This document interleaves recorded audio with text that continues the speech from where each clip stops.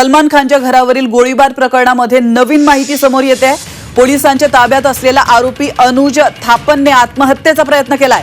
पोलिसांनी त्याला तात्काळ रुग्णालयामध्ये दाखल केलाय। तर सलमान खानच्या घरावरील गोळीबार प्रकरणी 4 आरोपींना अटक करण्यात आली असून 8 मे पर्यंत त्यांना पोलीस कोठडीमध्ये पाठवण्यात आलंय आणि त्यापैकीच एक अनुज कुमार थापनने जेलमध्ये आत्महत्या करण्याचा प्रयत्न केलाय। याविषयी अधिक माहिती देण्यासाठी आपले प्रतिनिधी राजीव परुळेकर आपल्या सोबत फोन लाईन वरून जोडले गेलेले आहेत। राजीव, पोलिसांच्या ताब्यामध्ये असलेल्या आरोपीने आत्महत्येचा प्रयत्न केलाय, नेमकं काय घडलंय?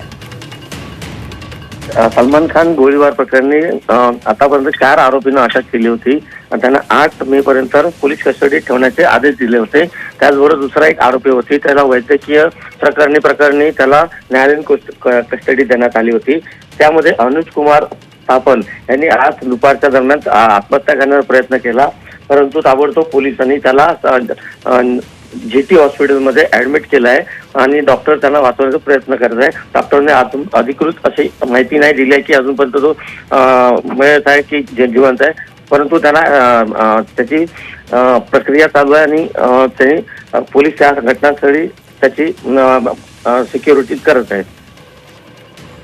धन्यवाद राजू, तुम्ही दिलेल्या महत्त्वपूर्ण माहितीबद्दल। तर आपण पाहतोय सलमान खानच्या घरावरील गोळीबार प्रकरणी 4 आरोपींना अटक करण्यात आली होती आणि त्यातीलच एक आरोपी याने आज आत्महत्येचा प्रयत्न केलेला आहे। त्याला तात्काळ रुग्णालयामध्ये दाखल करण्यात आलंय। अनुज कुमार थापन असं त्याचं नाव आहे।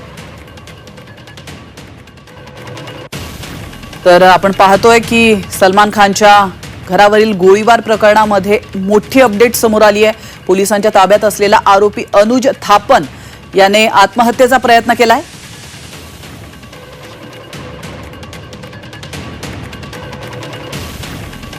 तर याविषयी अधिक माहिती देण्यासाठी आपल्यासोबत आपले प्रतिनिधी विशाल सवणे जोडले गेलेले आहेत। विशाल, आपण पाहतोय पोलिसांच्या ताब्यात असलेला जो आरोपी आहे अनुज थापन याने आत्महत्येचा प्रयत्न केलेला आहे, मात्र त्याने आत्महत्येचा प्रयत्न का केला, काही माहिती मिळू शकली आहे?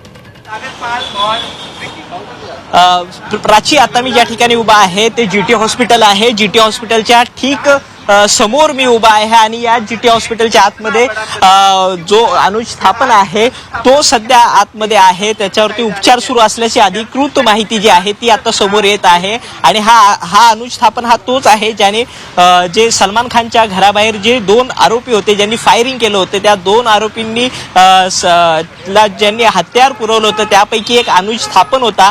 तो सुरुवातीला पनवेलमध्ये आला होता आणि त्यानंतर हे सर्व केल्यानंतर तो पंजाब इथं गेला होता। तिकडून पोलिसांनी त्याला बेड्या ठोकल्या होत्या, त्याला या ठिकाणी आणलं होतं आणि तो पोलीस कस्टडीमध्ये असताना त्याने त्याच्यासोबत जी चादर होती त्या चादरीचा उपयोग करून स्वतःला गळफास लावण्याचा प्रयत्न केला। ही घटना ज्यावेळेस समोर आली त्यावेळेस तिथे बिलकुल विशाल आमच्यासोबत असंच राहा, कारण या संदर्भातली अजूनही माहिती तुमच्याकडून घ्यायची। आपण पाहतोय सलमान खानच्या घरावरील गोळीबार प्रकरणामध्ये नवीन माहिती समोर येते। सलमान खान पोलिसांच्या ताब्यातील आरोपीने आत्महत्येचा प्रयत्न केलाय आणि त्यानंतर त्याचा मृत्यू देखील झालेला आहे। अनुज थापनने आत्महत्येचा प्रयत्न केलाय आणि रुग्णालयामध्ये उपचारादरम्यान त्याचा मृत्यू झालाय। आताची एक्सक्लुझिव्ह माहिती समोर येते। तर आपण पाहतोय मगाशीच आत्महत्या केल्याची बातमी समोर आली होती, त्याला रुग्णालयामध्ये दाखल करण्यात आलं होतं आणि आता त्याच्या मृत्यूची देखील बातमी समोर येते। या संदर्भामध्ये डॉक्टरांकडून काही क्लॅरिफिकेशन आलेलं आहे का विशाल? प्राची, या संदर्भात अद्याप पोलीस डॉक्टरांकडून कोणत्याही स्वरूपाचं क्लॅरिफिकेशन जे आहे ते आलेलं नाही। मात्र त्याने ज्यावेळेस गळफास घेतला त्याच्यासोबत जी चादर होती त्या चादरीचा वापर त्याने गळफास घेण्यासाठी केला होता।